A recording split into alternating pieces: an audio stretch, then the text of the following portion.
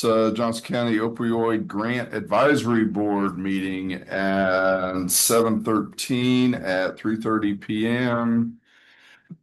Roll call, please. James Rummel. Say present. Oh, present. Sorry. I was gonna say my name. John Meyer. Present. Todd Shuck. Here. Brian Gregg. Present. Deborah Hendrickson. I don't think she's here. Kevin Walls. Here. Pam Burton. Present. Jennifer Price. Here. No. Des Combs. Present. Present. All right. Well, today we're going to hear some presentations from 10 different groups. And let's start out with, I'm going to probably pronounce this wrong. Harriet. They're online. We're online this morning. Hello, good morning, or good afternoon. I hope you all can hear me. Yep. Awesome. I'll go ahead and get started. Good afternoon. Thank you all for giving us the opportunity to present this afternoon. My name is Will Childs, and I'm the lead of business development at Air Group. I'm also joined today by one of our co-founders, Fred Tay, as well, who is the lead of technical development at Air Group. We appreciate the work that you all are doing to invest in opioid settlement funding and the projects that you're creating to create a lasting impact. I'm going to go ahead and share my screen, if that's okay, with a presentation as well to refer back to our proposal, if that's all right. Okay. It does look like I might need permission from you all to do that.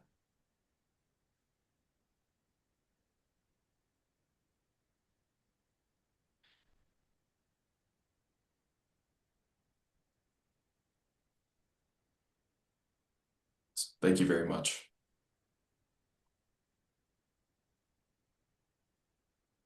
All right.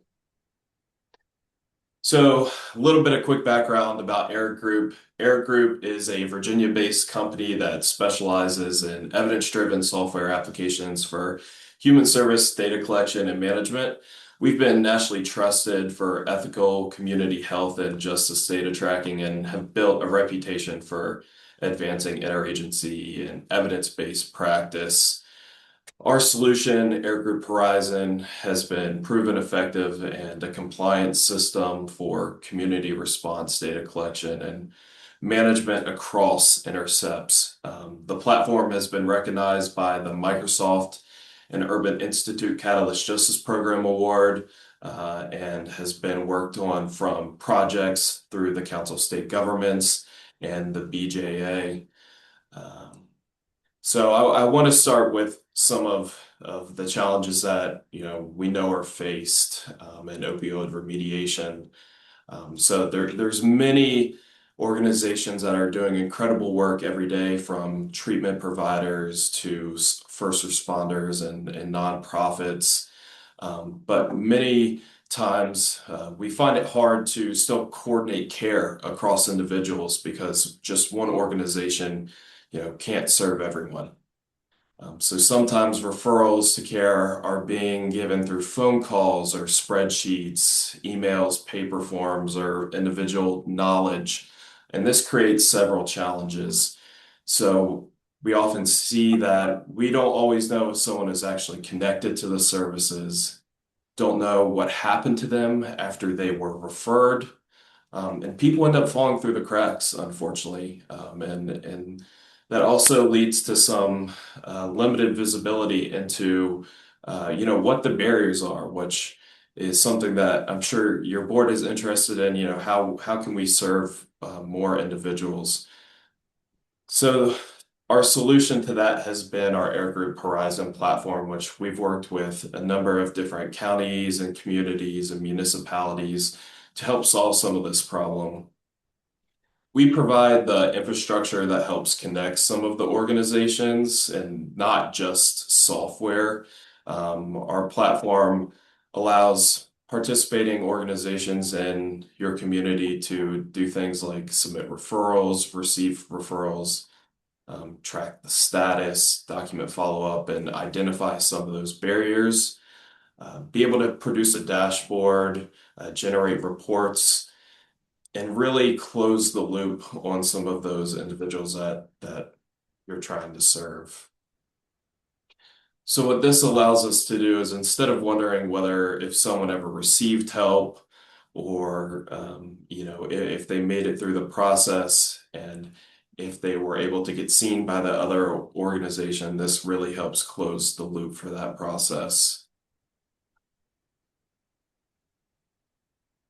Air Group's platform meets interagency compliance standard and is something that we really focus on and helps facilitate some of that interagency collaboration. We know that, especially when working with individuals with substance use disorders, it's a very complex framework of data compliance, whether it be HIPAA or 42 CFR Part 2. And many others, depending on the individual situation, that it can be hard to even talk to other organizations and be able to refer individuals and give information on them. What our platform does is it allows that to take place. It also has complete data export for analysis and reporting, 24/7 access, and mobile friendly and offline capable for the more rural areas. Seamless onboarding, and we meet that national ethical and clinical standards for research.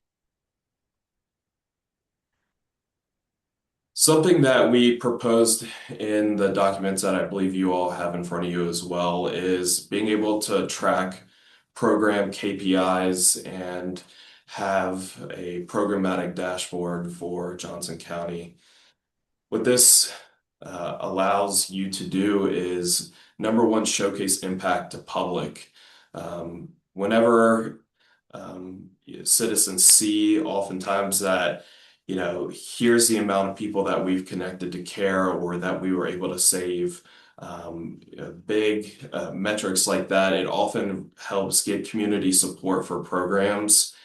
And it's something that we found effective in the partners that we've worked with to just showcase programmatic impact on a high level to the public, but it also helps internally for the organizations that are doing the hard work on the ground to be able to go in and see, where can we improve, where can we allocate funding or resources in the future.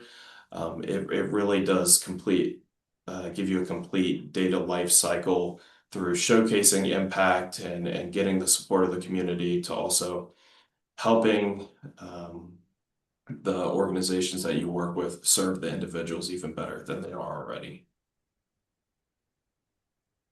So to kind of wrap it up quickly, I know I'm approaching the end of my time here.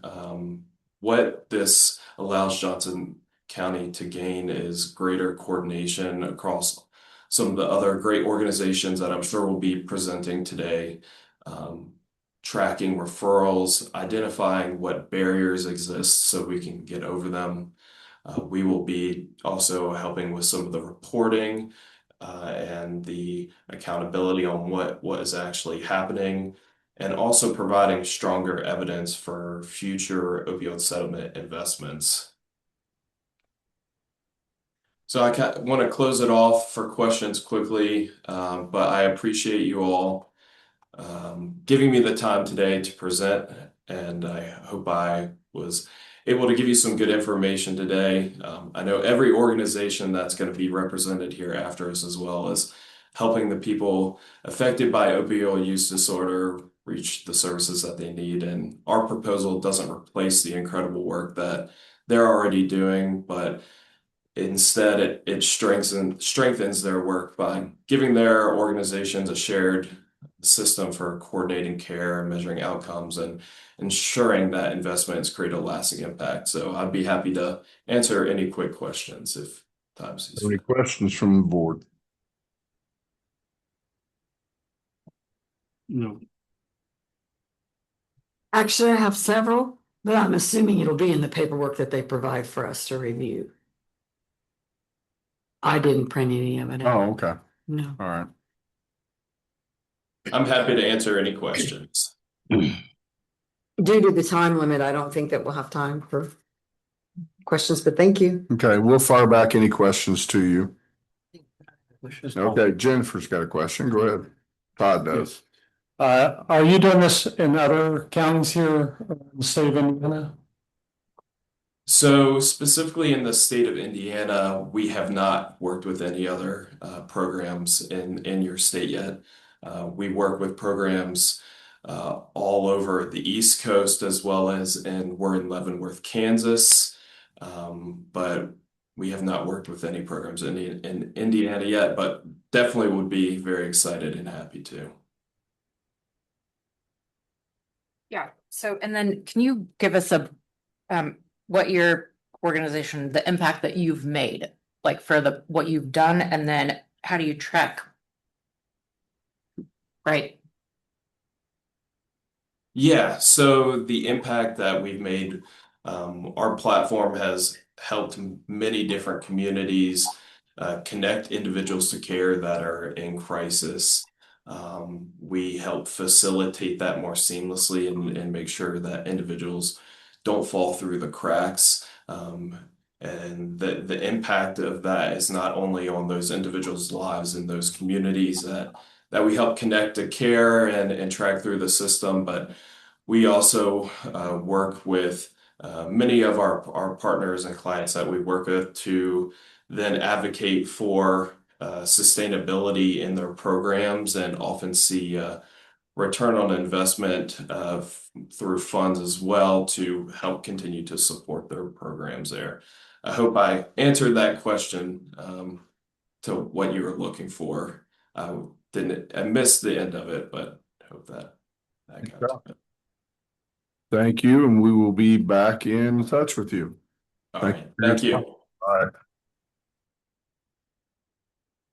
All right, next up is Empower Johnson County.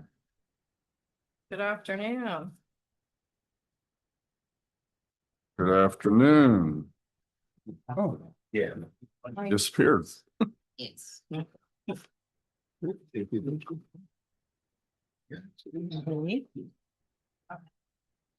Oh, Sandbag time. Yeah. You Everybody good? got one? All right. Oh, everyone have them? yep, think so. Okay. My name is Michelle McMahon, and I'm the coordinator of Empower Johnson County. And I'm here today to present. I have our PowerPoint printed out for you, so you can refer to that. I also have our cover letter and our hopefully recommendation, our request as well, included in that printed out paperwork.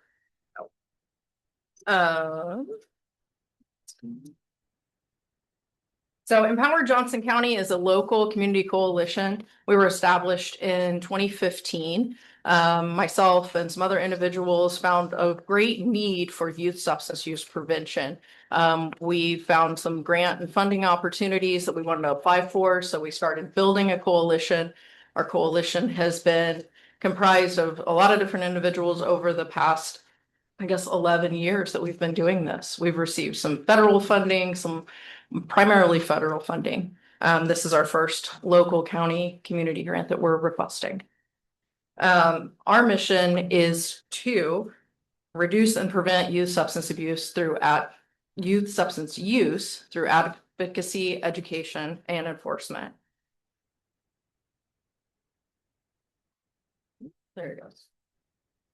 We have different partners. We partner with schools, we partner with local law enforcement, we have veterans, we have members of, we've received some members from parents, just different sectors across the community with religious sectors, etc. Our biggest thing that we are looking at expanding upon is our Empowered Youth Coalition. Our Empowered Youth Coalition is established a few years ago. We started out in middle schools and we decided that really we needed to get some of our older youth to work with their peers and start talking to their peers, and that they were going to make the biggest difference. We also saw that there was a great need to find out what the youth had to say about youth substance use and what was happening in our schools. And so that's why we developed the Empowered Youth Coalition. We have over 26 very active participants that are all across Johnson County. They serve on our coalition from nearly all 6 of our public high schools. We're kind of struggling to get one on board, but we really keep trying with it. And I'm hoping that we're going to be able to increase that this year. With our empowered youth, they really drive everything that our Empowered Coalition does, because they're telling us what's happening inside their schools when it comes to vaping, when it comes to substance use, when it comes to mental health, bullying, you name it. So they really give us great insight to what's happening in our schools. And then it's kind of our job as the adults to go out and say, what do you need to make a difference in your schools and in our community when we're talking about our youth? So we use them to really guide our work. And so through that, we've been really heavily focused on alcohol and tobacco, vaping, and marijuana in the past. We have worked on a drug-free community support program grant, which is currently through the CDC. It used to be through ONDCP in the White House for the past 10 years. We're coming up on the end of that funding. We've also worked on a Stop Alcohol Abuse grant through SAMHSA, which we currently have our second round of funding for that. So part of the reason we've requested this funding is to be able to expand upon that and really bring opioid and any kind of prescription drug abuse kind of to the forefront, so we can also add that and talk about that. I wanted to share with you a little bit about our Empowered Youth Coalition. Like I said, they really guide us and what they do, but they also do a lot of research. We provide training to them in the early, usually in January. We bring in trainers from all over the place, and then they take that and they build campaigns to do peer-to-peer education. And part of that is through media, because we all know social media is huge, the radio is huge, things like that. So I wanted to share with you, would you mind playing just a little snippet, if you may, 1 second? Vaping will help you deal with stress. Vaping can actually increase stress, anxiety, and depression. It's true, almost all vapes contain nicotine, which is addictive and can make our stress levels rise. So, if you're feeling stressed, don't reach for a vape. Instead, listen to music, text a friend, or take a walk. The best choice for your physical and mental health is stay vape-free. This message brought to you by Empowered Youth. Follow us on Instagram at Empowered Majority. So this is just one of the recordings that our youth have developed and then gone and recorded. We have a great partnership with Corn Radio here, just downtown in Franklin, and they will help us do all of our recordings. They have different recording days, and then we put those on local radio, but we also put them on Spotify, and then sometimes we do YouTube as well. With that, we have made over 1.5 million impressions just in the past year. We've also reached over 318,000 youth on Spotify alone in only 11 months. So that's over half of the impressions that we have made. And it's really great for our teens to be hearing, hey, I heard you talking on Spotify and sharing about this. Can you tell me a little bit more about what you're talking about? That wants to go ahead and go.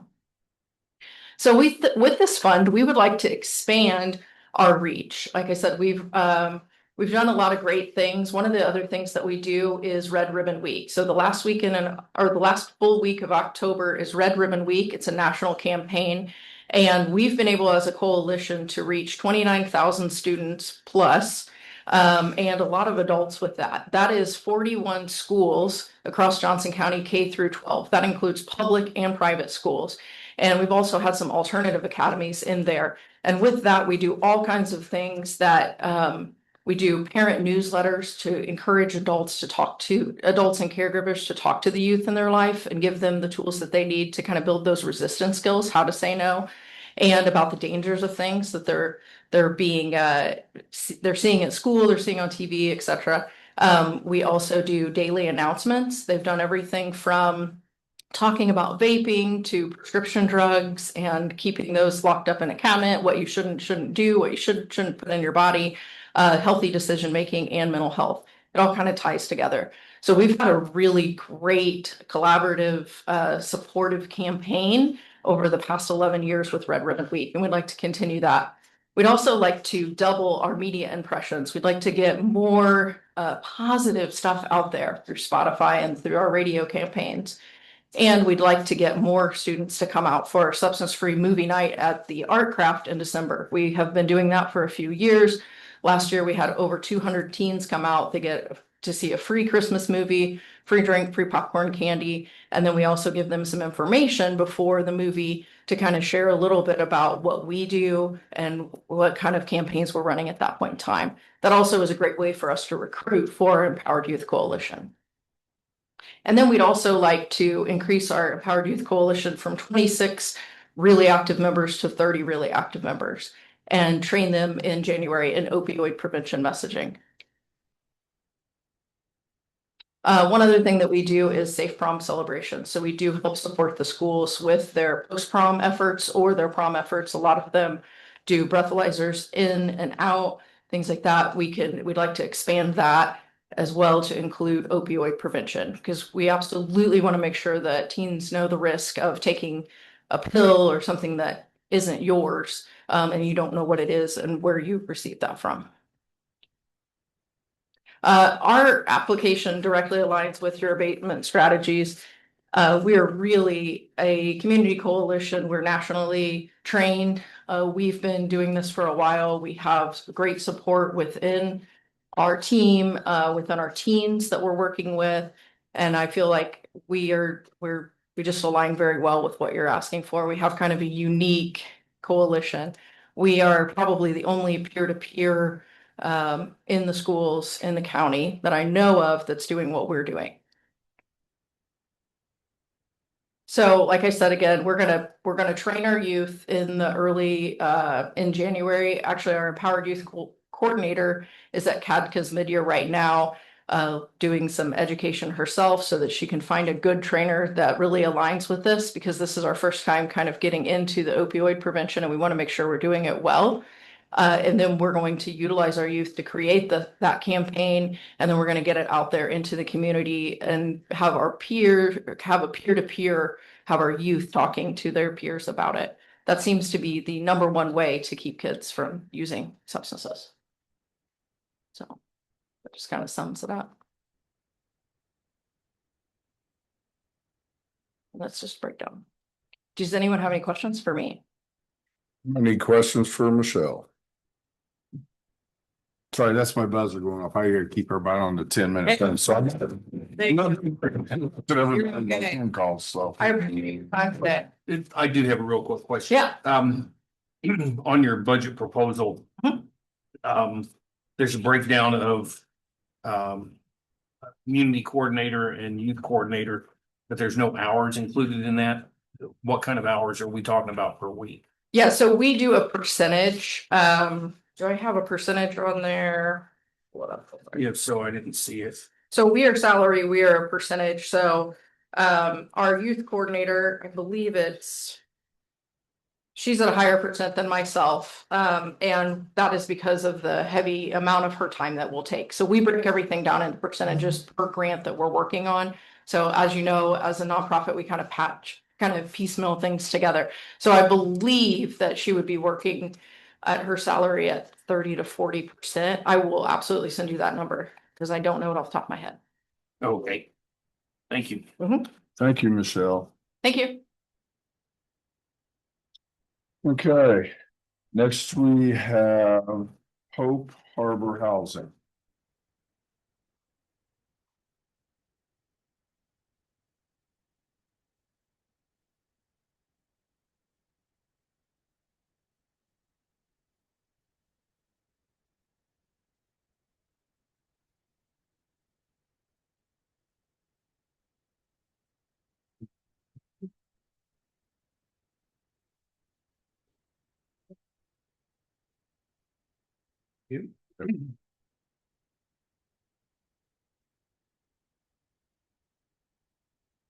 Well, hey, everybody, really appreciate the opportunity to share today. My name is Justin White, and I serve as the recovery minister at Mount Gilead Church in Mooresville.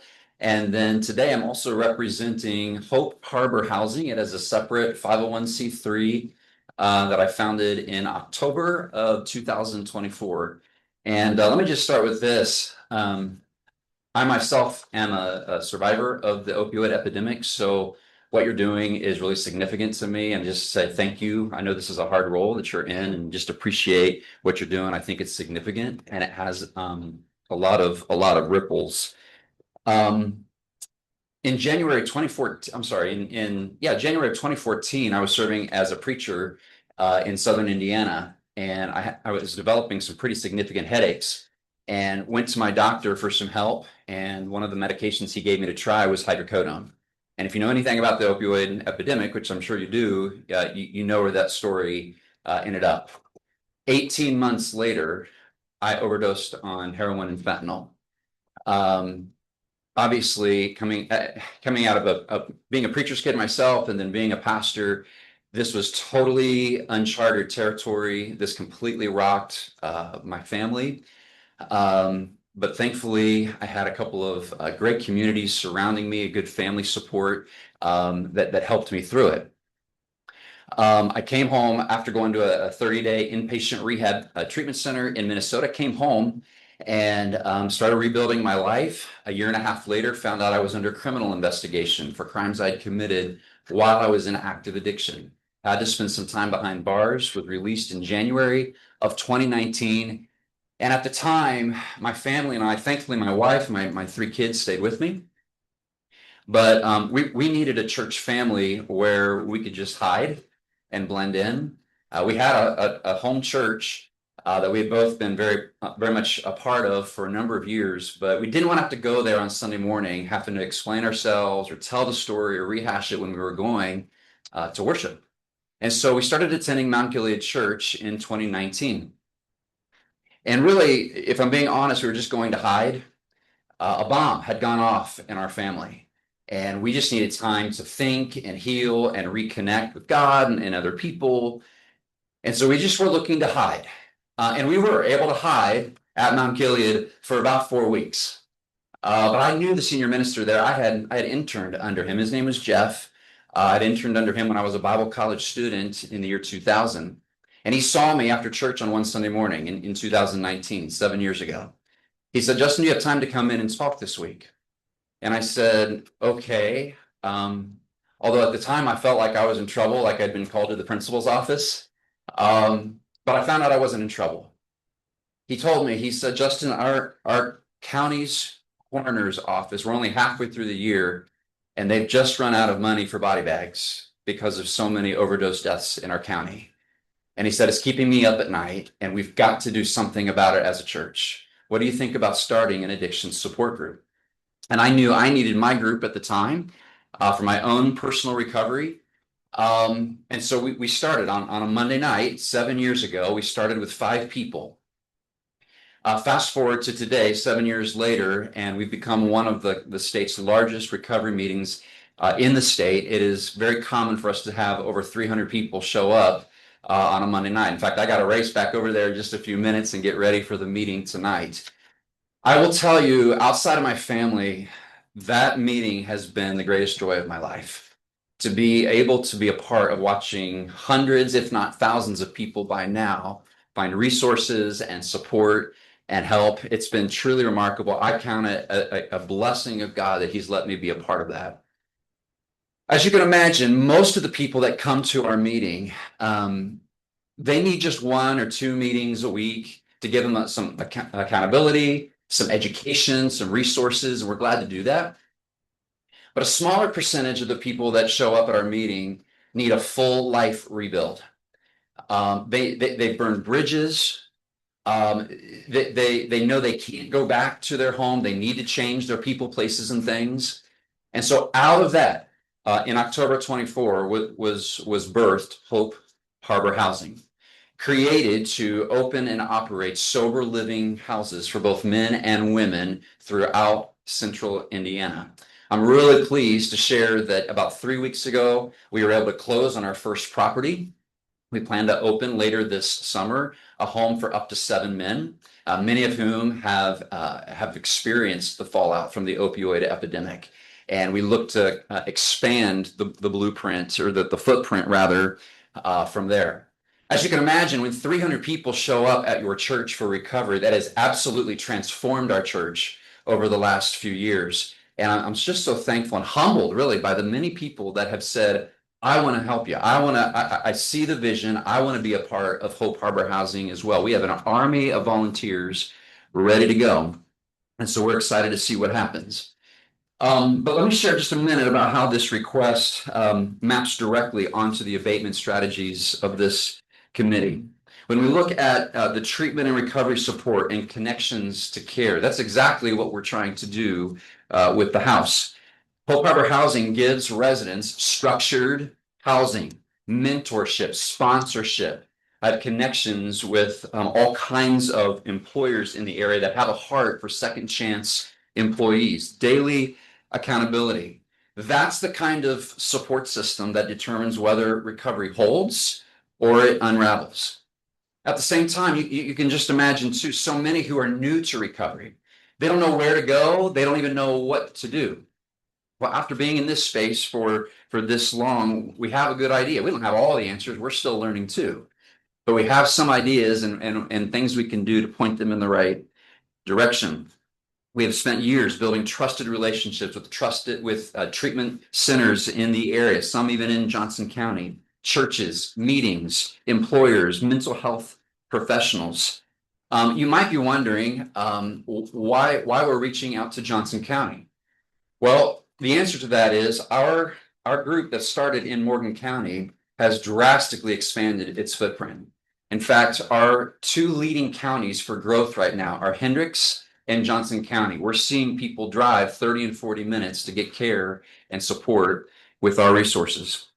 When it comes to warm handoff services and recovery support services, we're connected to all kinds of referral partners in the area. I teach a class every Thursday at the Hendricks County Jail. We have volunteers, part of our ministry in the Morgan County Jail. We'd love to get into Johnson County as well. We have a strategic partnership with a Johnson County group of counselors and therapists, Peace Family Counseling, which is in Greenwood. Great relationship with both of them. Stability First in Martinsville, you may be aware of them. They're going to be doing our case management for the guys in this first house. When it comes into prevention and even harm reduction, if you think about it, structured, stable housing literally removes people from the environments where they were using in the first place. And then harm reduction. We say this at our meeting all the time, that the opposite of addiction is not sobriety. The opposite of addiction is connection. And so we believe that if people get into healthier connections with their higher power and with other people, other safe, sober, healthy people, that's the key to long-term success and exactly what Hope Harbor Housing is trying to accomplish. And so the ask today is $20,000 toward a $360,000 program budget targeted specifically at the highest risk moment in recovery, that transition out of treatment into stable housing.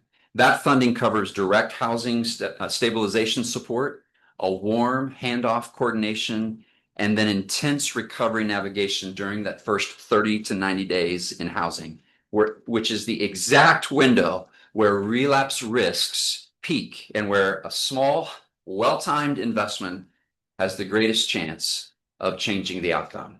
Really appreciate the time today, you all. Thanks for letting me share. Hey, anybody got any questions for Justin? Congratulations, sir. Absolutely. Thank you. Thank you. You have 28 seconds to spare. Okay. Next up is the Joshua Center.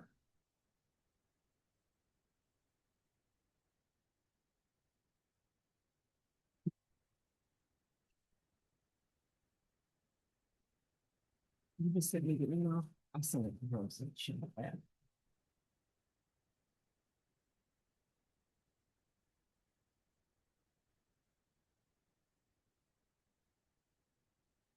Waiting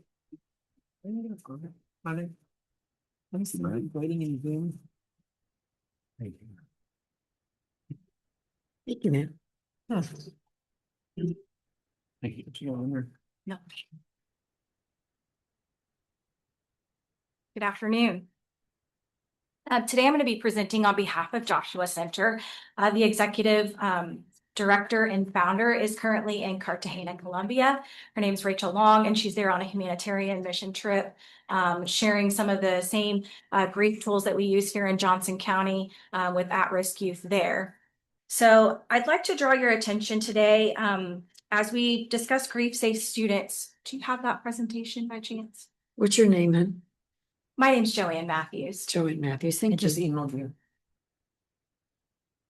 Is that possible or no? I think so. Perfect. That way I can look at you all.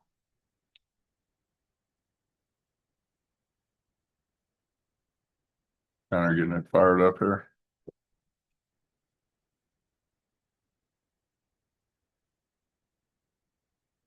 Thank you for your patience.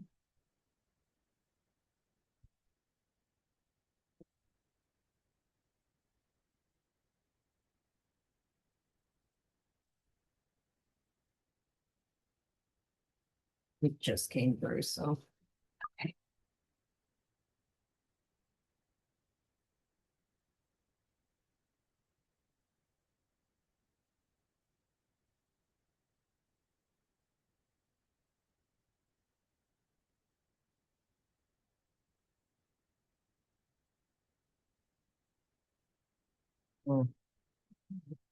Is it what you guys have in your hand? I can go ahead and move forward if you'd like that. Yeah, he must want to dig for more help. Okay, no problem, no problem. So this, today we're going to talk about grief safe students, hope and healing support for our youth surviving opioid related loss.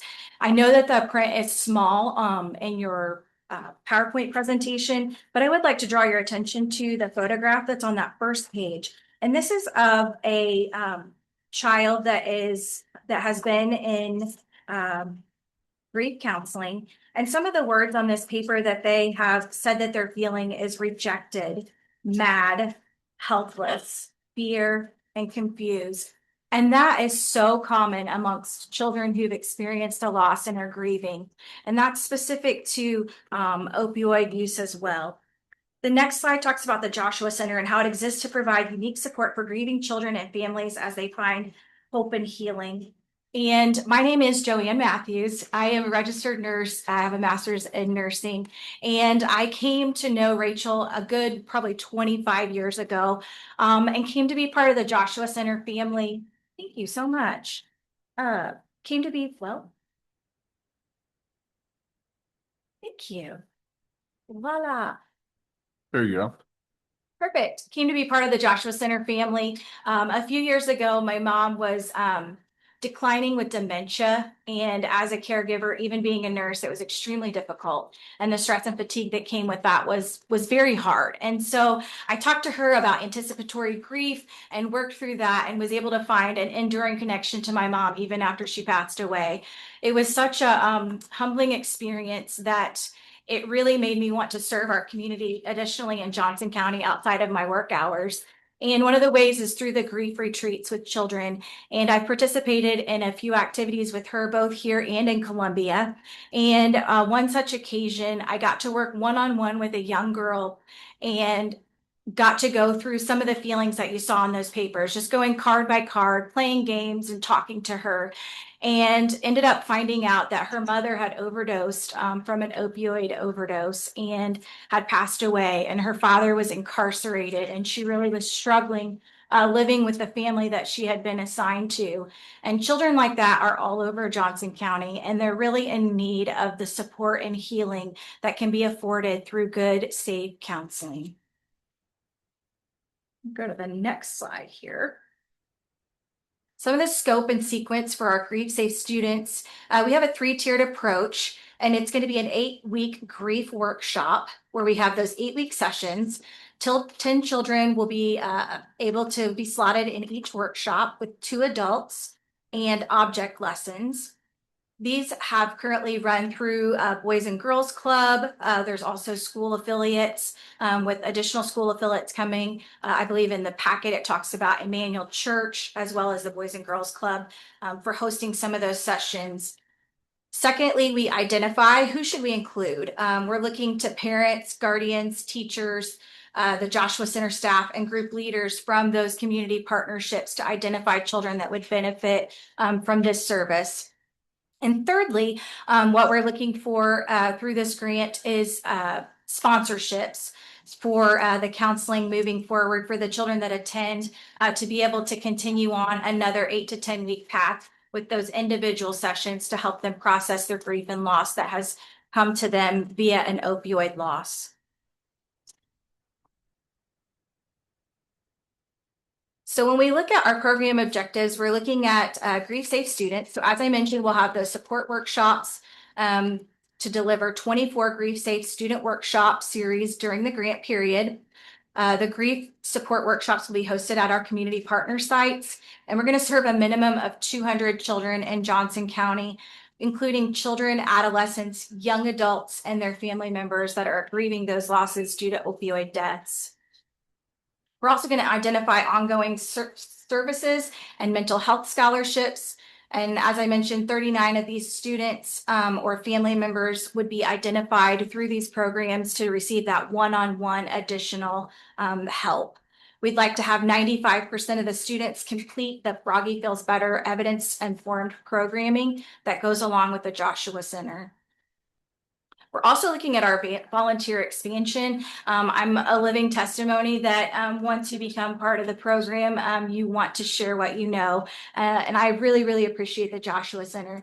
So we'd love to recruit and train a whole network of volunteers, launch 20 opioid-centric grief workshops in Johnson County, and also grow the Froggy Feels Better curriculum to include an opioid-specific curriculum that would be evidence-based.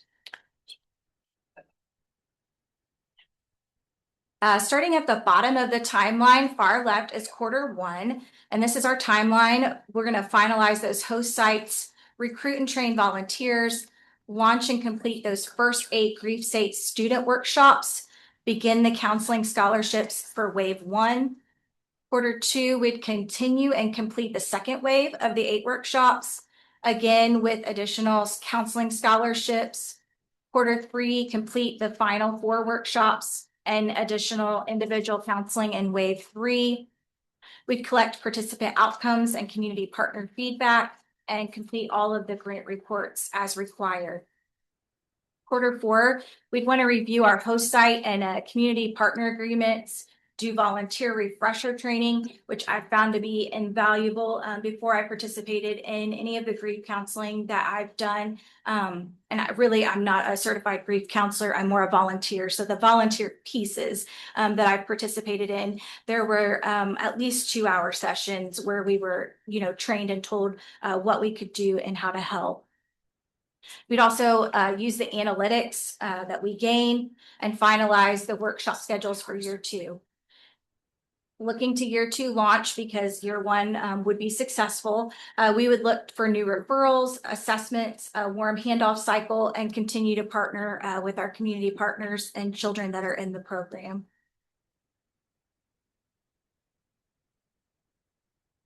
So I love these expected outcomes and they align with the abatement strategies as listed below each outcome. And so it's really important that we increase the access to specialized grief support for children and families impacted by opioid use disorder. We want to strengthen our volunteer capacity and recognize and respond to opioid-related grief. I think sometimes until you've been through it or you've been trained in it, you don't know how to identify grief associated with specific things. And I think even for me, when I was going through anticipatory grief, I knew I was feeling something, but I couldn't put the words to it. When you're waiting for your parent to die, you don't know what it is that you're feeling. And so when you have these children that are going through the loss of a parent, I don't know that we necessarily know how to identify their grief and how to help them specific to the opioid use. So this would just be wonderful. Also in prevention, improving those protective factors that reduce the risk for future substance misuse. These kids have been through trauma. I think goes without saying to say the cycle often repeats itself or can repeat itself. And so we want to make sure that these kiddos have the support to create that hope and healing so that they don't continue a cycle like this. We want to strengthen that resilience and healthy coping following their loss, expand access to counseling, and reduce the impact of the trauma and the adverse childhood risk that they've had, kind of as I mentioned. The budget overview is listed here. Personnel that would be getting allocated money would be the executive director.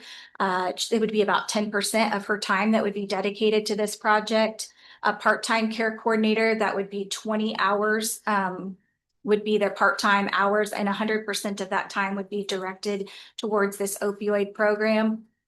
We would have 24 opioid specific grief support workshops. Again, the 39 individuals that would receive additional sessions of individual counseling. There'd be family and community follow-up. Again, the Froggy Feels Better curriculum would be expanded to be opioid inclusive.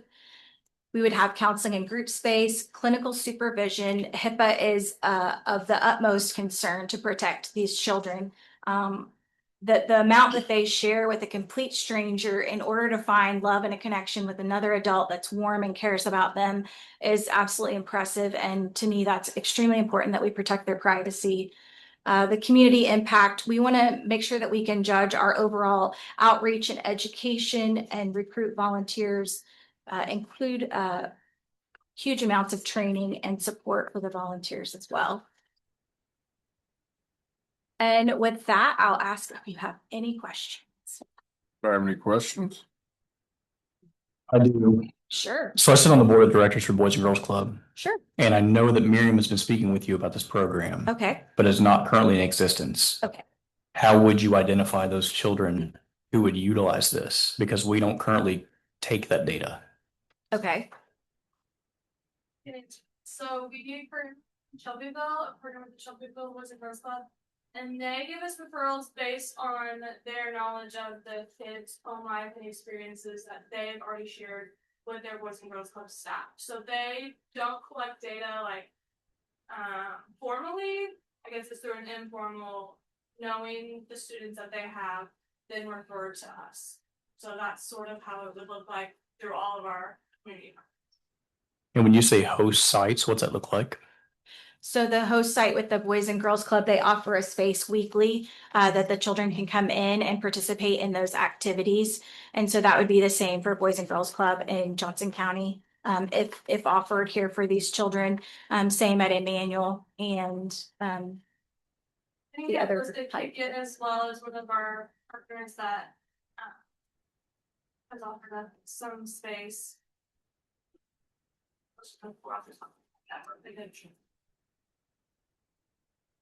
No problem. And thanks. I'm using Katie a little bit for her knowledge and expertise. She's one of the fantastic social workers. And so she knows more about the intake piece. Okay. I think that's it. Thank you Just very much. One quick, so Oh, the budget sorry. that you presented is specifically for Johnson County. Yes, As you said, Boys and Girls Club of Shelby County. absolutely. This is all- This is for Johnson County solely. Thank you. No problem. Thank you all for your time. Okay, thank you.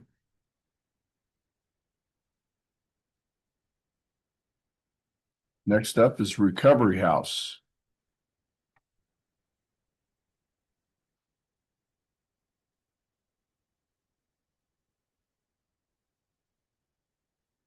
How we doing? Good.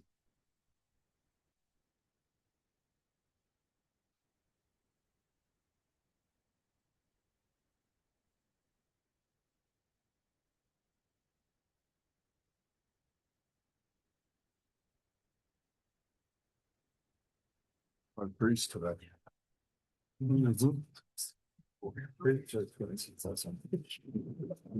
Just kidding. Me. I thought that was me. But I do.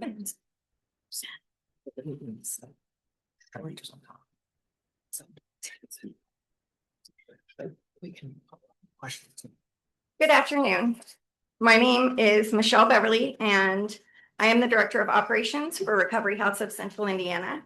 Thank you for the opportunity to be here today. Every day, I have the privilege of walking alongside men who are rebuilding their lives after addiction.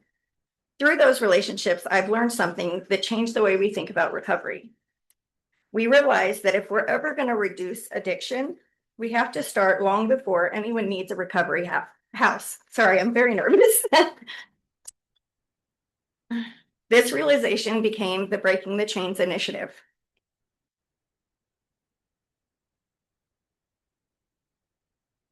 One conversation kept repeating itself. When we asked our residents where their addiction began, very few talked about adulthood. Instead, they talked about middle school. Many first experimented with substances between the age of 12 and 14, but addiction didn't start with drugs. It often started with trauma, loneliness, self-worth, and wanting to belong. That made us ask a different question. What if we reach kids before the addiction ever had a chance to begin? When we looked at the data from Johnson County, it confirmed exactly what we were hearing from our residents. By 8th grade, 3.7% of students reported marijuana use in the previous month. By 10th grade, that number nearly doubled to 7.1%.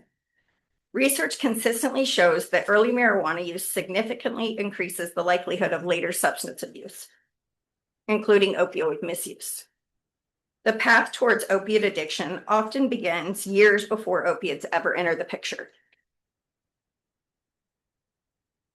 What concerned us even more than the substance was the mental health data. More than 1 in 3 8th graders reported feeling hopelessness for at least 2 weeks. More than 1 in 6 had seriously considered suicide, and more than 13% had already made a suicide plan. Those children aren't just suffering with substance abuse, they're struggling with pain. And untreated pain is the doorway to addiction. Alcohol, marijuana, vaping, and prescription medications, those are often seen as experimentation or just a part of growing up. But for many people, including me, addiction didn't begin with a drug. It began with pain. I want to pause for a moment and tell you why this initiative means so much to me. When I look at these statistics, I don't just see numbers on a screen. I see children who remind me of myself.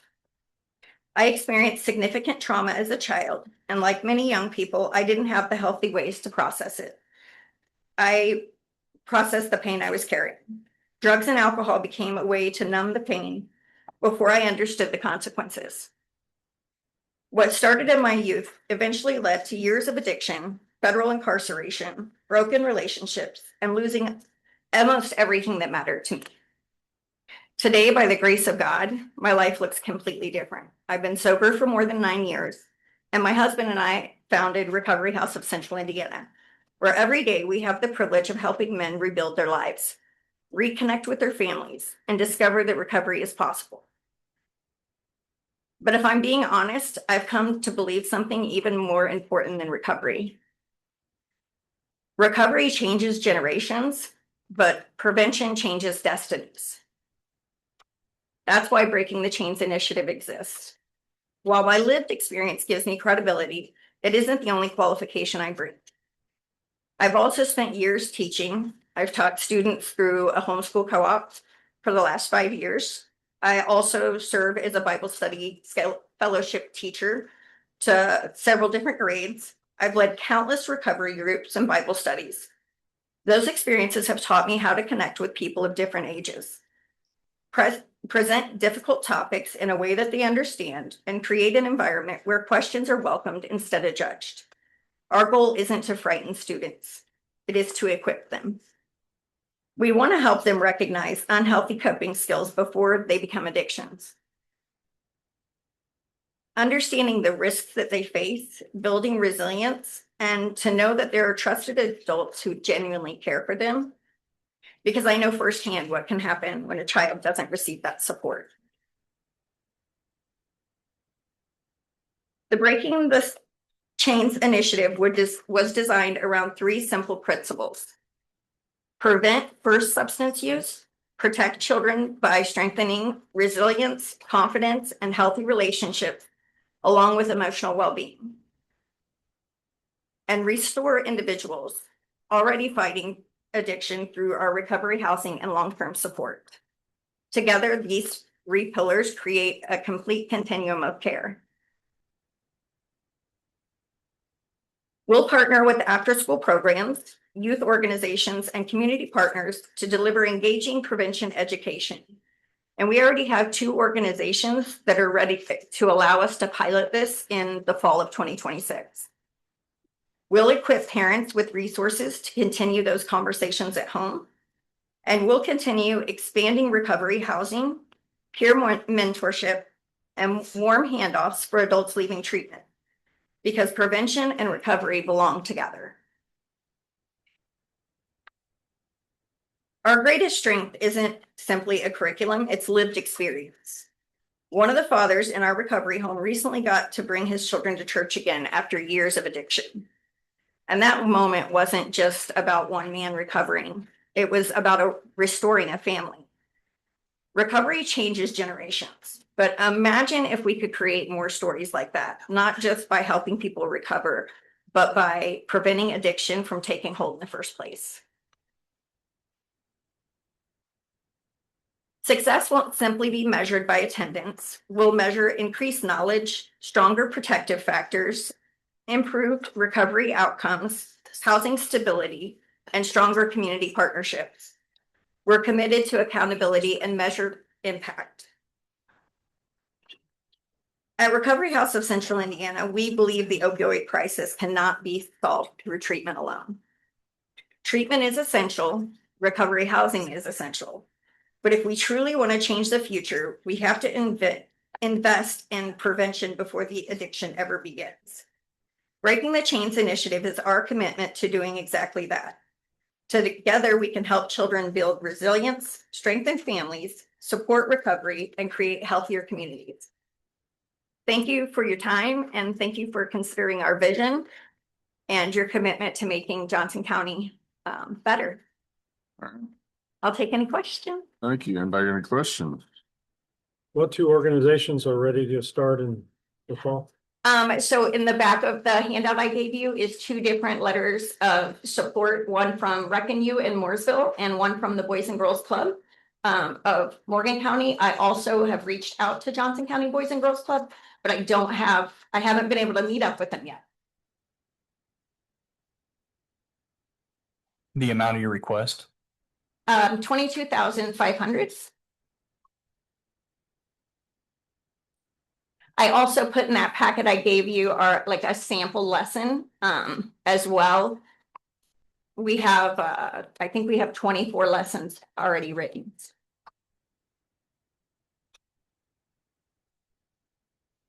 Just to be clear, this is a brand new initiative then.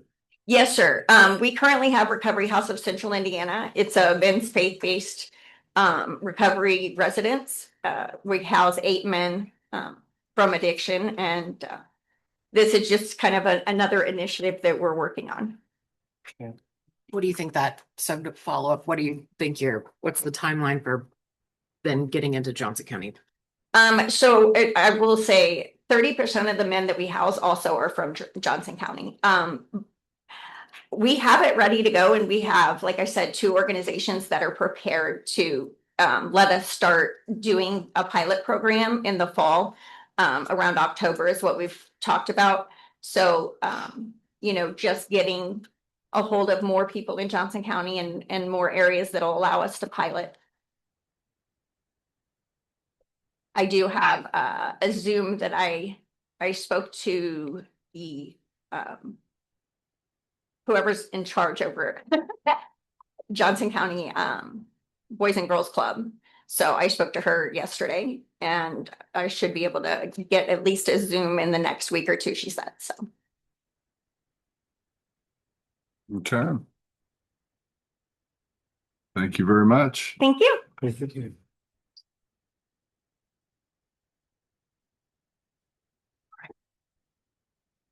Okay. Up next is Celebrate Recovery. And this second portion, just so the board knows, these are prior presenters or applicants for this and have received either some funding or has been highly considered. So just opening with that. And you're up. Thank you.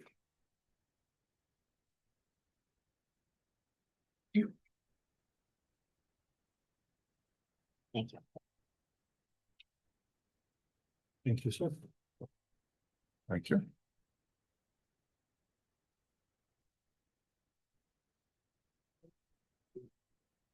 Thank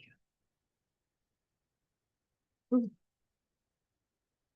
All right, good afternoon. I'm Corey Davis. I'm the pastor at the Edinburgh Church of the Nazarene. This is Rodney Burton. He leads our Celebrate Recovery group. And we're just excited to be here to let you know what we did last year and what we're hoping to do again this next year. To start out last year, it was we've been doing Celebrate Rodney's in Edinburgh has been doing Celebrate Recovery since 2018. And it's been one of those things where we've just kind of done and made do with what we've had. And so when we had this money come in that you guys graciously gave us, it was we kind of was a growing portion of, all right, so now we've got this, how do we organize and kind of fully implement? And once we got the grant, we ran into a couple of hiccups. Rodney suffered some family loss and some stuff at the house that just happened, and life happened. And so we kind of got behind the 8 ball to get going. And then we also had issues as we were, because part of the big part of this grant was to purchase a van, or 15-passenger van, so that we could. Our goal is to holistically heal the family, to not just have parents come and have to find a space for their kids, but to bring the whole family here and then do that together as a family. Finding a vehicle was very difficult. About that time, prices just went through the roof. Who we thought we were going to buy from said, "Hey, our prices have now tripled." It got to a point where we were just searching everywhere. We finally did purchase one and doing some repairs and getting it titled in. So now it is fully ready to go into service. But that was a hiccup. And then finding people that would consistently come and be a part was more of a struggle than what we thought it was going to be. So we got some that were there, and now we've laid the groundwork, so to speak. And from how we just did it to get by to how we're going to do it in a much more organized manner. And so you'll see that we still have some. If you look at the appendix there towards the back of the pamphlet that I gave you, we've got still some grant funds remaining from last year. We were holding up because we thought we were going to be using the money to purchase the van right up front, and it held up some of the other spending.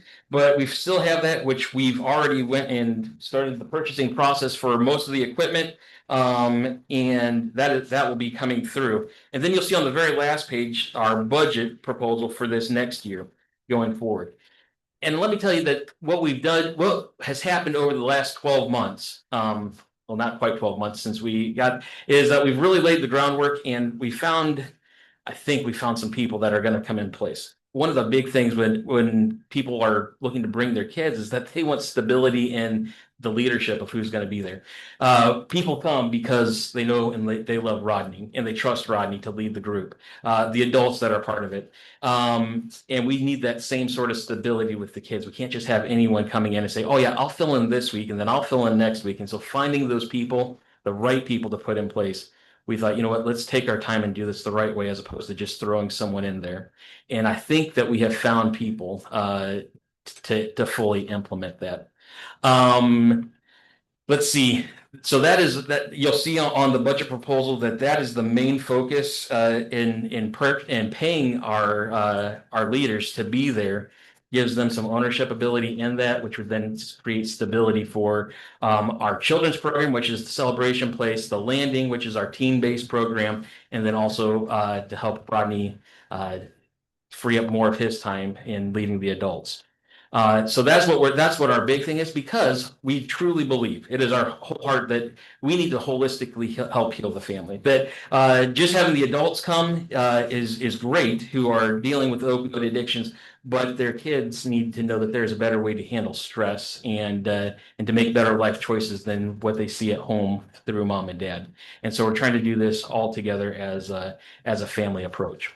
One of the outstanding things that we've got planned for this next year is you'll see that we still have some money for our family nights. We've got 6 nights planned for, or 12 nights planned for intervention nights, which we were call it family fun nights, where we're going to be providing information on family addiction, trauma, poverty, adverse childhood experiences, juvenile justice, and school behavioral concerns. Because we need people to understand that trauma-informed care is a real thing, that you can't just discipline kids because they're acting out, that there's probably the kids that we're dealing with, there are reasons behind their acting out, and it's not just like someone else's kids that are just trying to get attention. And so we're trying to make and break the stigma of addiction and create a safe space for families to come. You'll see on the page before that where goals and measures that we're looking to partner and serve at least 125 youth in Johnson County. And I think that we can do that right there in the greater Edinburgh area.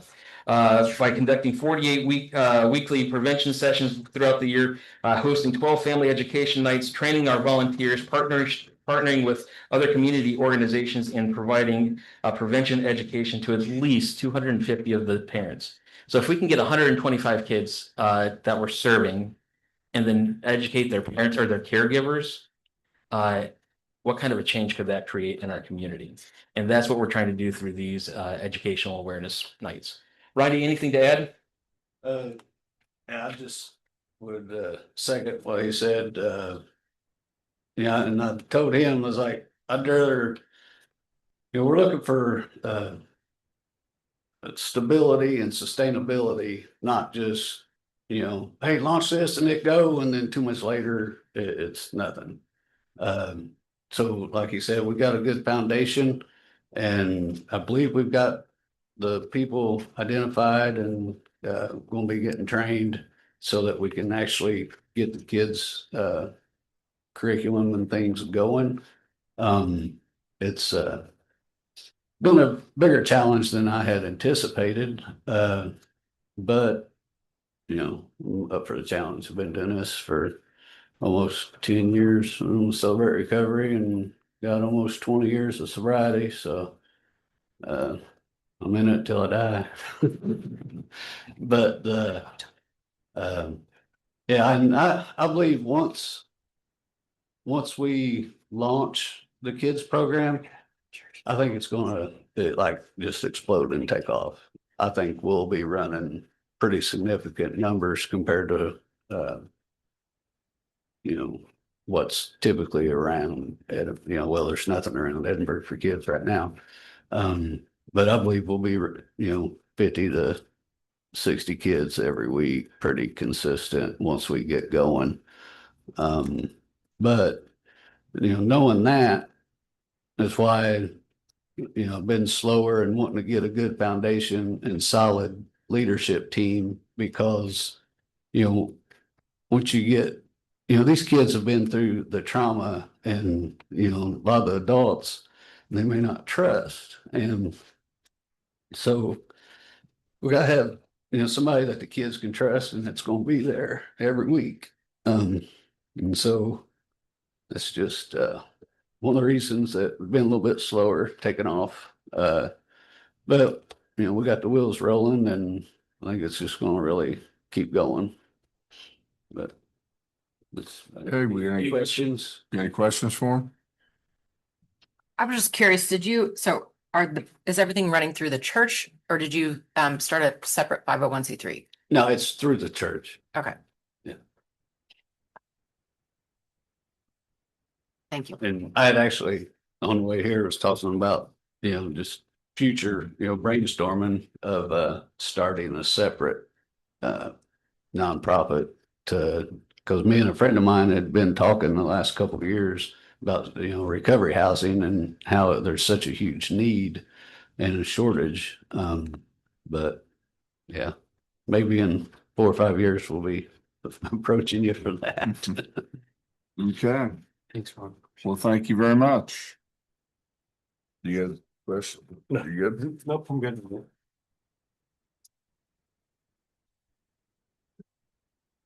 All right, next up is infants in bloom.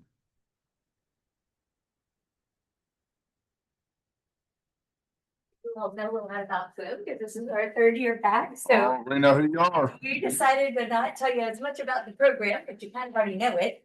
And just tell you a little bit about what we've done with two of our clerical partners, and then I'll do the data and stuff. Okay. She held her baby girl for the very first time. Instead of simply feeling joy, she was terrified. My name is Tracy Adams, and I am the house director of Angel Care. We're a teen maternity home. A few years earlier, she had lost her little boy to her father's family. She loved her son deeply, but after losing him, she was left believing something no mother should ever have to believe. Maybe I'm not meant to be a mom. Now she was holding another baby, wondering if history was about to repeat itself. She didn't know if she would be allowed to take her daughter home with her. The young woman standing there did not choose the circumstances she was born into. She entered the world affected by fetal alcohol syndrome because of her mother's addiction. From the very beginning, she faced challenges that were never her choice. Like so many of the young mothers that we serve at Angel Care, she grew up surrounded by trauma, instability, and the lasting effects of substance use within her family. Thankfully, her story didn't end there. She came to Angel Care while she was pregnant, and together, Angel Care and Infants in Bloom, we began to show her something that she had never truly believed in herself, that she was capable of being a good mother. At Angel Care, that happened in everyday moments. We helped her learn how to soothe a crying baby. We celebrated every milestone, encouraged her through the hard days, and reminded her that one painful chapter did not define the rest of her story. Our care coordinator, who is also a certified recovery peer coach, walked alongside her as she worked through the trauma that she had carried since her childhood, developed healthy coping skills, and began believing in herself not only as a woman, but as a mother. At the same time, Infants in Bloom became her baby's medical home. Instead of expecting a frightened new mom to navigate appointments on her own, Bloom brought exceptional pediatric care directly to her house. They monitored the daughter's growth and development and answered questions in real time, provided well-child visits, immunizations, and developmental screenings, and gave her the reassurance that her baby was healthy and thriving. That combination changed everything. Angel Care gave her the confidence that she could parent. Bloom gave her the medical support and reassurance to know that her baby was thriving.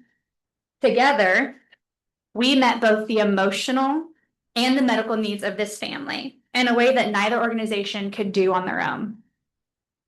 Today, that little girl is 6 months old. She is healthy, she is thriving. And the DCS case that once threatened to separate this family has been closed. Her mother is raising her daughter with confidence, knowing she is not alone and knowing that she is capable. That didn't happen by an accident. It happened because a community chose to invest in a young woman before another generation was lost. At Angel Care, this story is not unique.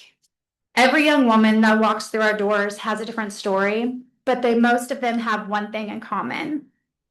They've been touched by substance use, not necessarily always on their own choices, but sometimes through their parents, their siblings, or the environments in which they were raised.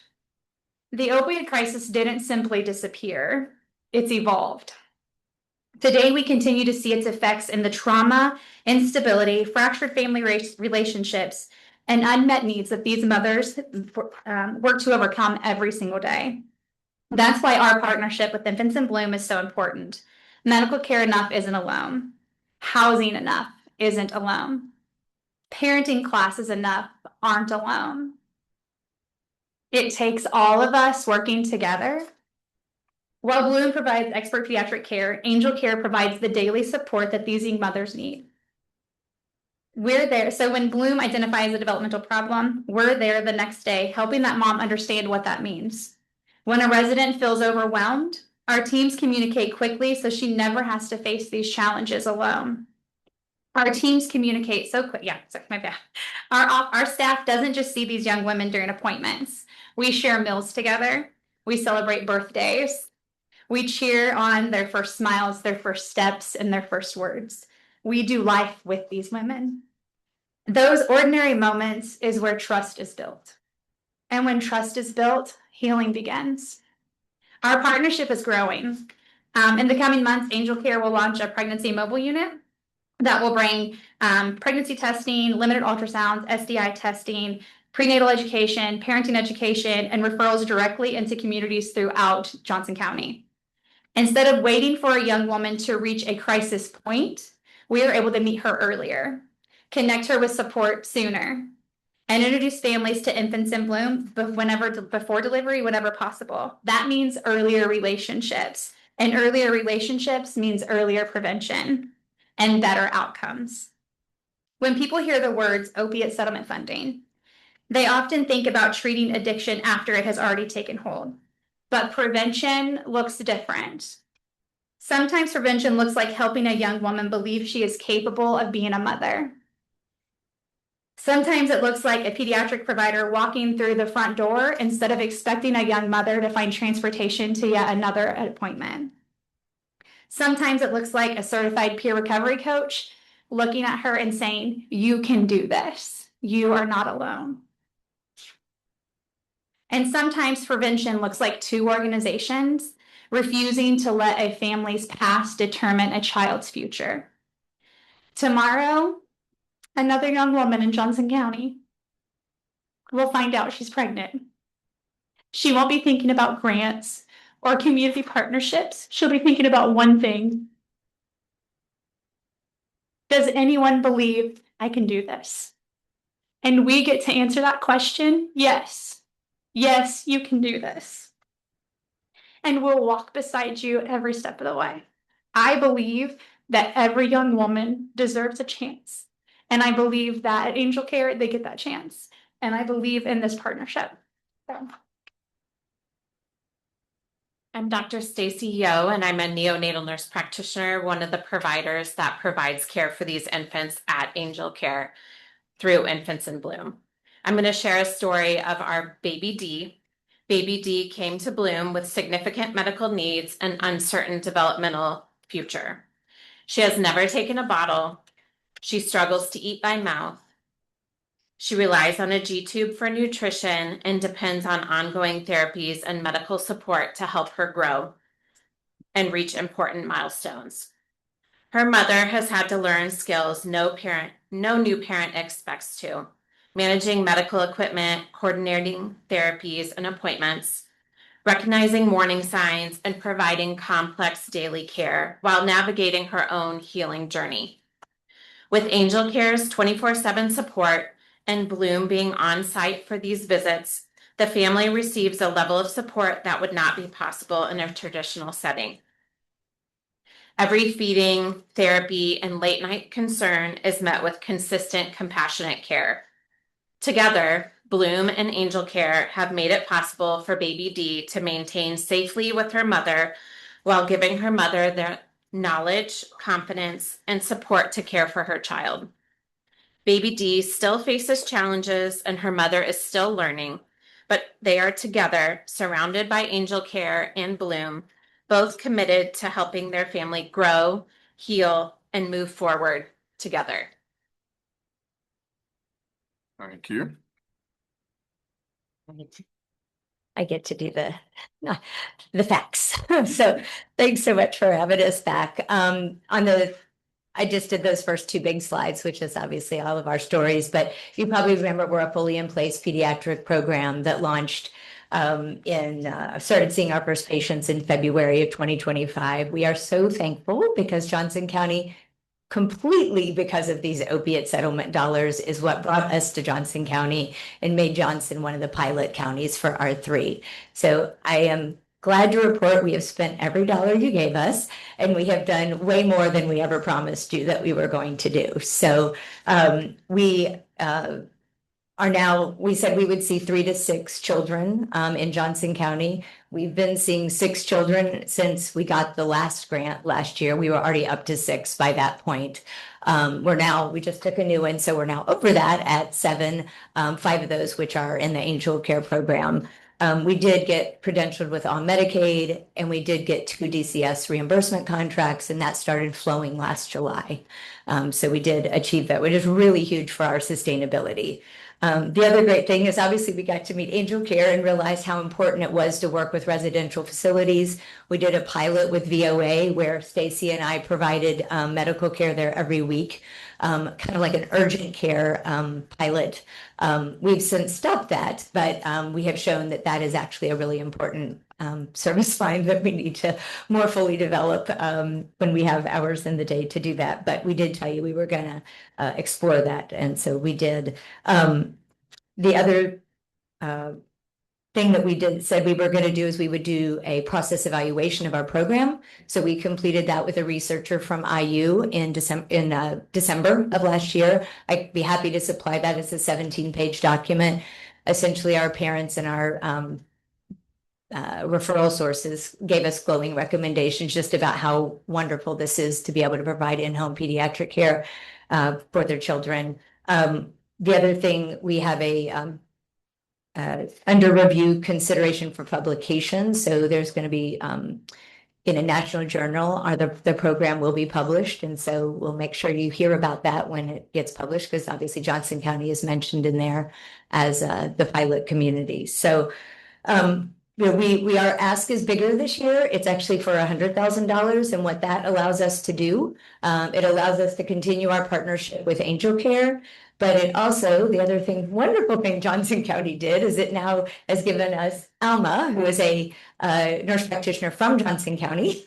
And so she has come on board with us, which we also said we would do in April. And so she's been working with us since April. And we have 2 other Johnson County nurse practitioners who are interested in being part of our program. So that we would love to help keep those providers in your community through Bloom. Okay, any questions? Good job. Yeah, very good. In-home? Yeah. Not a facility. Your home, yes, for a 9,000 square foot home located in Trafalgar. It's your fountain. Okay. And I'm sorry, because I have pictures in the PowerPoint, which I don't know where it floated to, but if you got to see the pictures because it is gorgeous. It is absolutely an amazing place. Every county would be, oh my gosh, thrilled. If they can all have one, it would be wonderful. So yeah, hopefully you'll get to see those pictures in PowerPoint to you. Okay, thank you very much.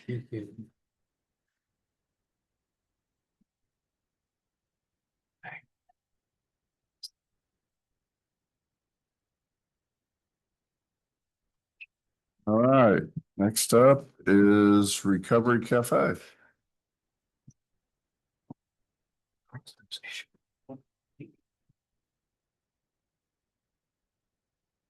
Good one. Good job. Right. Okay, my name is Kiera and I am the Recovery Cafe Joco manager and resource navigator. Okay.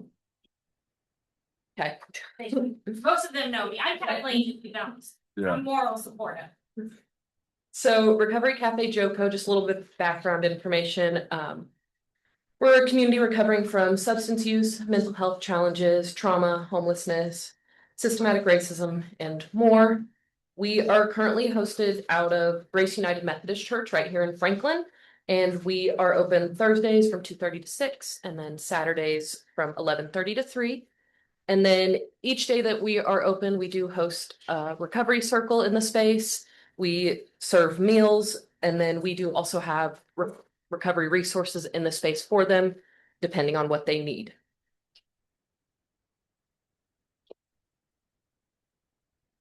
So previously, we've used the grant funding for several different things. We did pro-social events, which are some of our events that we host in the cafe space that gives members, families, and their community members a safe, sober place to hang out and enjoy different activities. We've done movie nights, pumpkin carving, trivia nights, just different things for them. And then, like I said, we do serve a meal each day, meaning since opening, we've served 1,087 lunches, 699 dinners, and then 2,457 cups of coffee. That first year that we were open, we were not great at keeping track of those numbers. So it is probably more than that. We just don't have those numbers from that first year.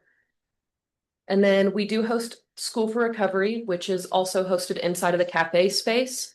We try to do those once a month or once every other month, which are just educational opportunities focused on helping our members with their mental health, physical health, and basic life skills. So we've done budgeting, yoga, painting, and then journaling classes.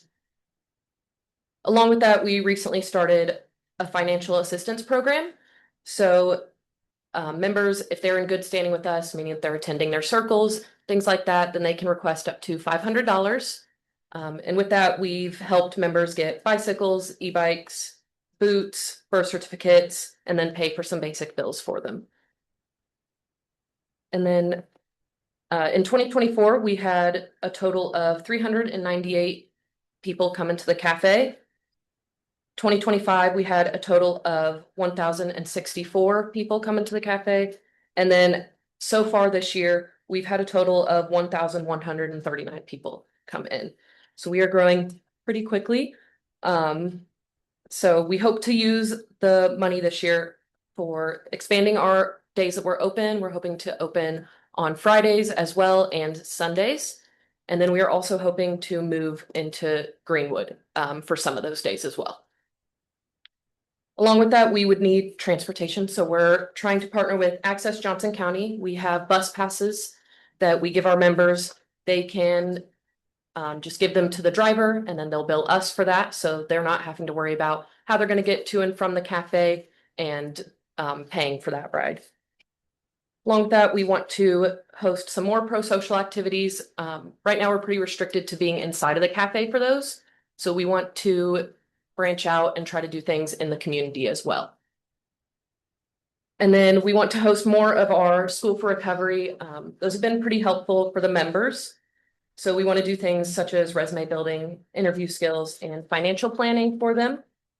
And then we want to keep that financial assistance program going. It's really helped our members get the things that they need to keep their job and stay in recovery.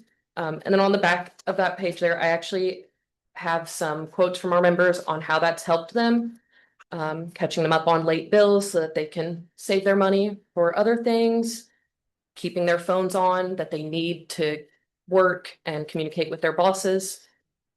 And then other than that, we have some information on how the cafe, or some quotes from the members on how the cafe has helped them stay sober. Some of them have said, by giving me a place to come and talk to people who care and that are going through the same things, helping me know I'm not alone in what I'm going through, and being around other like-minded people with the same goals. So with this grant support, we hope to expand access to our services, strengthen community connections, and remove barriers that prevent individuals from fully participating in recovery. Thank you. I'll just say, because I can't not talk if you don't know me. You all funded us in the very first round back in 2024. That money was used to hire Kiera, which has then allowed the cafe to grow as much as it has. It is I think, truly magnificent resource for our members. You know, they come in and they say this is a place they can come in and be themselves, and they're welcome to be there and welcome to show up as themselves. And as you're trying to support individuals in recovery, it's just a huge benefit and huge resource. So I'm happy to answer questions, happy to defer them first to Kiera and then jump in if she needs it. But she's doing a great job. Any questions? Brian does. How can you align this with opioid specific? I'm gonna take that because she looked at me. So, but specifically within the abatement strategies, there's several about recovery services and recovery like wraparound support. So one of the things that we do on a regular basis, every cafe day, we have a recovery circle. And so it's kind of like a meeting. It's not AA, it's not NA, it's specific to the Recovery Cafe Network, but it is that recovery support circle. And in that circle, they talk about what their challenges are that then gives us that great access to identify, oh, you need this resource here. Let me help navigate you there. Let me get you that warm handoff.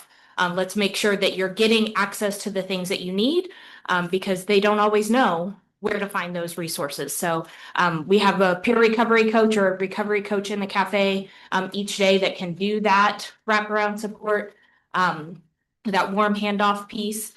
You all should have the copy of the application that somewhere in there it has the specific abatement strategies identified, but it's a lot of that peer support services is where it aligns with that support. If that makes sense. I don't know them off the top of my head, but I know that they are specifically identified in there. Okay. Any other questions? Just a comment, the amount of growth that you're seeing is incredible. We were so close to meeting our 2025 numbers in that first 6 months. We hit it and grew the past couple of weeks, but it's mind blowing to me. To have, what'd you say, 1,100 people so far through the door. And it is not unique. Those are not unique people. I have the unique numbers, like she's got that, but that's 100, 1,100 people coming in. Sure. On a regular basis. On a regular basis, twice a week. So, between those 2 days, I imagine if we open 2 more days, right? Like we're gonna start slow and grow up, but we're reaching quite a few people. Is it mainly a word of mouth, or how do you get your referral? Because that is a pretty good growth. Are you working with churches, organizations to get the referrals out? Yes, all of the above. So the Recovery Cafe is supported by a core team. Many of which are still here. Some of them had to leave. But the core team works with a lot of treatment providers, that's their real job is a treatment provider. We're within Grace United Methodist, so we're there. And then we have a good partnership with Community Corrections and the Problem Solving Courts. Got one more for you. Yeah. I wanted to ask everybody, but I'm gonna go ahead and ask this question right now, and I hope it's okay to do so in front of everyone. Do you feel the need for a management software of some sort so that you can coordinate the numbers and then the data?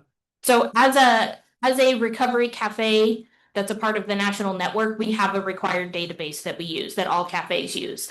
So where Kiara said that first year was not great on the numbers, it was purely because I didn't want to learn the system. I didn't have time, so I didn't. And then once I learned the system, we started tracking things. So we missed probably the meal piece that first probably 6 months. But we now have a system that we are required to use as a cafe.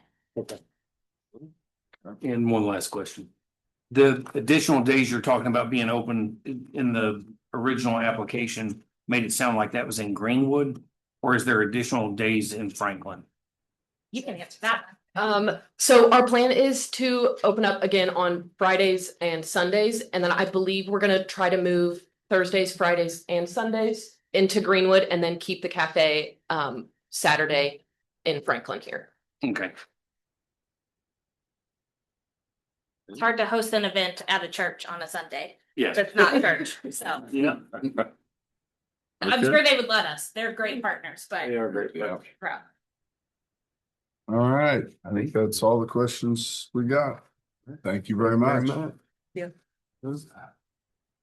I have to cut out, so. You Keep me gotta go? updated. Yeah, Okay, thank you, John. thank you. Yes, sir. Oh, I see. All right, next up is Rise Upstream. Yes, good afternoon, everybody. My name is Spencer Metcalf, and I am the board president for Rise Recovery Coalition. I'm also a person in long-term recovery and a lifelong Johnson County resident. I'm very excited to be with you all today. I know that we have been in front of this group before and requested funds, and forever grateful for that. And I believe that I'm here to share some great successes and then continue with the ask. So for those that may not be familiar, RISE is a recovery coalition, as I said, based in Johnson County. Upstream has been gracious enough to be our fiscal agent. So, they handle some of the grant pieces, but we do operate independently thereof. So we have an administrative or an executive board that's primarily made up of individuals in long-term recovery. We have a few folks that are supporters of recovery, and we decide on everything, all the initiatives of the year and things like that moving forward for RISE. So some of the great things that RISE has done. Sorry, let me get my papers organized before I start here. So as I said, RISE started in 2024, and since then we've been able to host weekly smart recovery meetings. So I've been able to listen for the majority of this meeting, and one thing that's nice about smart recovery is that it is a more secular option recovery support meeting. I would imagine this group is familiar with like AA or NA. It somewhat mimics that model of kind of that group setting, but uses some very common core like psychological principles and is still facilitated by a trained group leader, which is a peer recovery coach hired by RISE to facilitate that meeting weekly. So what we're doing is we're just offering a different option, right? Not everyone responds well or engages with the traditional AA and a 12-step model. So this offers a different modality, if you will, for folks to engage in a weekly support meeting to continue their recovery, share their struggle, share their successes, things like that. RISE has also been able to put on other pro-social events. We hosted a bowling event several months ago and had roughly 50 individuals there. One event that I'm really proud of is our Glow Run, which is a 5K that's held right at sunset. So we did it right here at the amphitheater, and everyone wears neon and has glow sticks and things like that. And really, it's just to raise awareness for recovery, but also just something fun to do, right? On a Saturday night, get out of the house, that type of thing. We've also been able to expand outreach in Johnson County. Our peer recovery coach that we have, Caitlin, has been phenomenal. Everyone else associated with RISE that's on the executive board is a volunteer, right? As Kathleen said, we all have full-time jobs, and so we're doing this after hours and things like that. So Caitlin has really been able to expand our reach, get the word out about us, as well as support individuals in the community, which has been lovely. And then, of course, we've also been able to distribute naloxone and other recovery resources. So naloxone is the opioid reversal agent that helps reverse opioid overdoses. So I know that she's constantly handing out naloxone when she's out in the community, engaging with partners, also refilling the nalox boxes that we have across the county that are at churches and different places that allow folks to go up 24/7 and access naloxone free of charge. And we've also been able to increase public awareness through public events. And that's one of our intentions moving forward this next year is hosting a series of listening sessions. I think it listed 8 in total, but just trying to engage the community, specifically those in recovery, see, what struggles are they experiencing, what successes are they experiencing, and how can RISE as a coalition, a grassroots organization, help support that movement, right? And bring together community partners and resources and things like that to help support folks in our county and our community to sustain that long-term recovery. And then I know in addition to the listening sessions, I believe that we had 5 listed and then 2 to actually report back out to the community, share the data that we have gathered from those listening sessions, and continue to gather that feedback, right? We want it to be a bi-directional conversation with the community to make sure we're actually meeting needs. I'm a person in long-term recovery, and I've seen a lot of great successes and great successful things done by organizations, but if it's not what the recovery community needs per se, it doesn't always necessarily land on its feet. So we just want to make sure we're really truly meeting the needs of the community, in each individual, city and town and things like that. And for this specific grant, we are requesting $50,000, which would support the part-time peer recovery coach that I spoke about, Caitlin, to offer community-based services, harm reduction outreach like naloxone, funding to host the pro-social activities for the recovery community, and launch an educational and awareness campaign. That's another big strategy that the executive board had talked about in one of our more recent meetings is how can we better educate lay folks or just folks that might be interested in learning about substance use and recovery and how to support them. So we're currently trying to figure out the best avenue and what that looks like to be able to host a series of educational sessions for the community, whether it's healthcare professionals or maybe just someone interested in learning, and engaging in those conversations. So that is our intention for the $50,000 that we're requesting, and it does specifically support strategy A and strategy E in the abatement strategies. And I admittedly did not want to do death by PowerPoint, especially knowing that we were last. So I am just trying to hit the high points, but I'm certainly happy to answer questions if there are any as we work through here.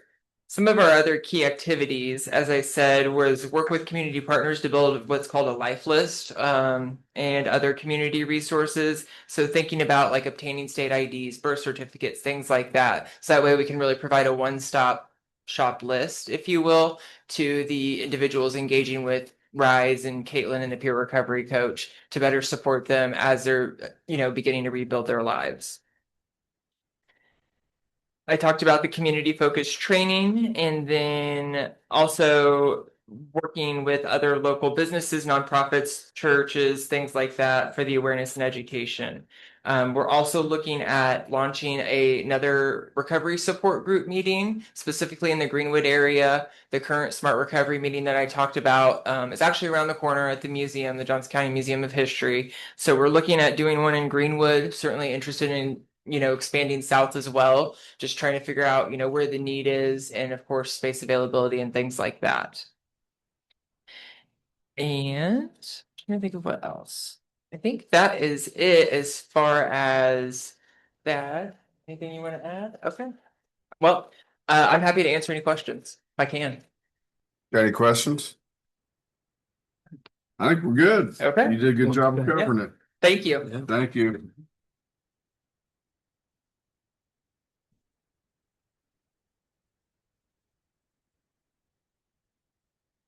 And last is Terror Treatment Center.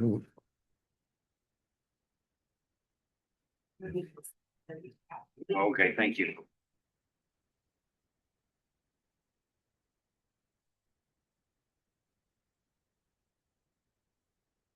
Okay. Hi, my name is Deidre and I am the Director of Operations for Terra Treatment Center. I am here today to introduce our new recovery engagement program. I know you guys know about us, Brian might not, but Terra has been serving Johnson County for over 40 years. We are a Joint Commission accredited and a DMHA certified facility.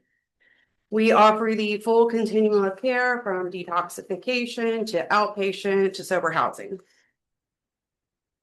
Our mission is to provide quality care to those suffering from opioid, substance use, and mental health disorders in Johnson County and across the state.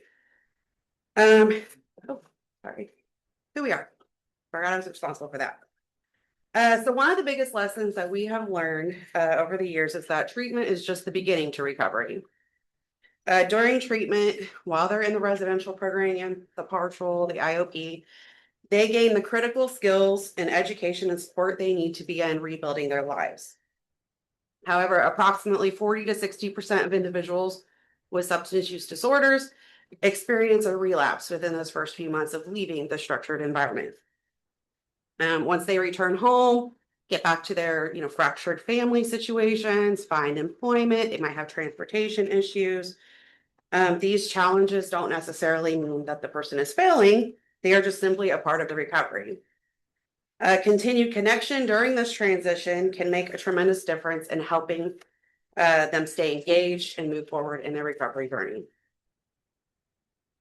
So we have discovered a gap in the recovery, and as when they're in treatment, again, they leave us, they have an aftercare plan, whether that's through partial hospitalization, other outpatient sober living. They leave with that aftercare plan. They get the referrals, they get the resources. We give them recovery recommendations. However, with our current staffing capacity, we just don't have a person that can fully follow up with them beyond that. This would benefit them, check in with them periodically, encourage their participation. Have you been attending your aftercare planning? If you haven't, why? Remove those barriers. Maybe they're running into transportation issues. Maybe, they're not taking their medications because they can't afford it. whatever that situation might be that is stopping them from following through their care and keeping them engaged. So our solution is to do a recovery engagement coordinator. We would like to have a full-time staff member who is responsible with periodically following up and engaging with everybody who leaves treatment. This person would be responsible for, again, making those follow-up calls. Are you attending your meetings? Are you taking your medications? Are you going to your individual therapy, your doctor's appointments? Making sure that they have the education for what's in their area, what's available to them. Coordinate recovery community events. Host the peer connection services. We do have 2 new certified peer recovery support specialists thanks to last year's grant. So utilizing those, and if somebody is struggling or somebody has experienced a relapse or somebody needs that, getting those peer recovery coaches involved and let's bring them back into treatment. So trying to catch them if they do relapse early to bring them back. So this person's sole job, 40 hours a week, will be engaging with all of the alumni that leave and following them for a year. Success. So we at Terra, we use a informatics software system called Track9. This allows us to assess the clients while they're in treatment with like their improvement in their depression, their anxieties, their quality of life. Are they still sober? So we would pair this software with the recovery engagement coordinator and periodically check up on them. We would send them surveys. This will let us see also if they're at high risk of relapse because it is self-reported. So that's going to catch it early as well. That person will then reach out to them and again, bring them back into treatment. This will obviously increase our alumni engagement because this person is going to be reaching out to them, come to our events, keeping them engaged, letting them know what's going on in the community, and just improve the continuity of care and reduce any barriers that they may be experiencing that's keeping them from following through their aftercare plan. So I did just mention like the building on success. So we noticed this gap a little bit when we have expanded our outpatient treatment services thanks to the opioid grant last year. Thanks to that, we did expand. We offer our partial hospitalization program, which has been very successful. Since launching it, we now have 87 clients who have went through just that partial program, but we've had 142 go through our outpatient programming as of today. This has added a more extensive case management. We hired the full-time case manager.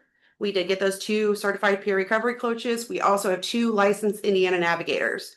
So those 2 navigators can tie them to Medicaid applications, food stamps, TANF, help them get to the resources that they need.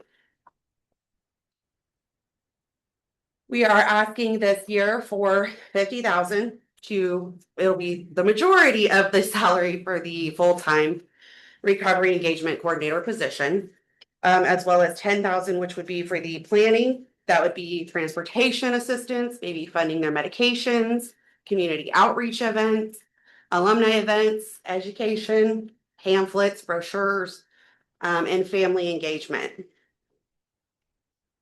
This would be a contract position for the first year. So we want to obviously pilot the program, see the outcomes of that. And then as it is successful, as I anticipate it would be, we would then absorb that into Terra's yearly budget. And then why it matters. So recovery affects more than just the individual. Strong recovery strengthens families, the workplace, neighborhoods, and our entire community. By helping individuals remain engaged after treatment, we can reinforce the progress that they have made, reduce the barriers before it becomes a crisis and they relapse, and strengthen the long-term recovery support throughout Johnson County. And that's really it. So we just wanted to thank you again for considering us and for your help last year. The outpatient expansion has been just amazing and very successful. Our PHP program remains over 90% capacity since it launched. So it's been very, very great for us to see that grow. Questions? I have a quick question. Yeah. Maybe I missed it, but of the numbers that you have presented, what do you have a breakdown? Are these all Johnson County residents or you have some people that come in from? Yeah, so we do have some people that come in. It was on this printout that I gave you of the impact report. It's a little updated because I did that in June. But we have admitted 141 individuals into the outpatient program, 87 into that PHP, and 78% of those are Johnson County residents. Tara as a whole admitted 529 clients across our programming in the last year, and over 200 of those were from Johnson County. On the outpatient, how does that, when they're in that, because that's great numbers, 134. Yeah. What exactly on outpatient, do you do services, do you go in home, do they have a counsel, do they? Yeah, so our outpatient program, so we have the PHP, which had launched. That is a 4-day a week, 5 hours per day. They come in from 3:30 to 8:30, Monday through Thursday. And that's the partial hospitalization program. Our IOP is 3 days a week. And 84 of those people came from that $50,000 grant. Yes, yeah. And the outpatient. Into our partial outpatient program, yeah. And so that money funded 2 certified peer recovery coaches. Their sole job is the partial and outpatient programming. That also paid for a case manager, which solely does the outpatient programming as well. So they help them with kind of what are they going to do after the outpatient? You know, are they going to go to a separate living a little bit more long term, setting them up with doctors? And then obviously the training to send those people to get those certifications and that license.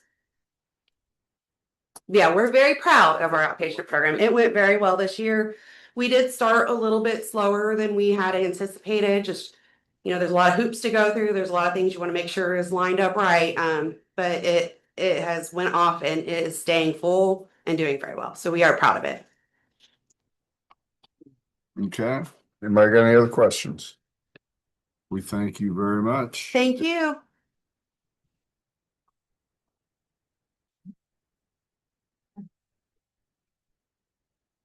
There's 2 people sitting in the back row that have been sitting here all day and they have not presented one thing.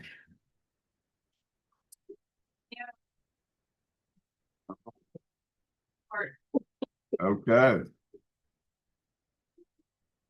Well, that concludes our long meeting. So we have to have official adjournment. Motion to adjourn. Say. Okay, we are adjourned. Good job, everybody.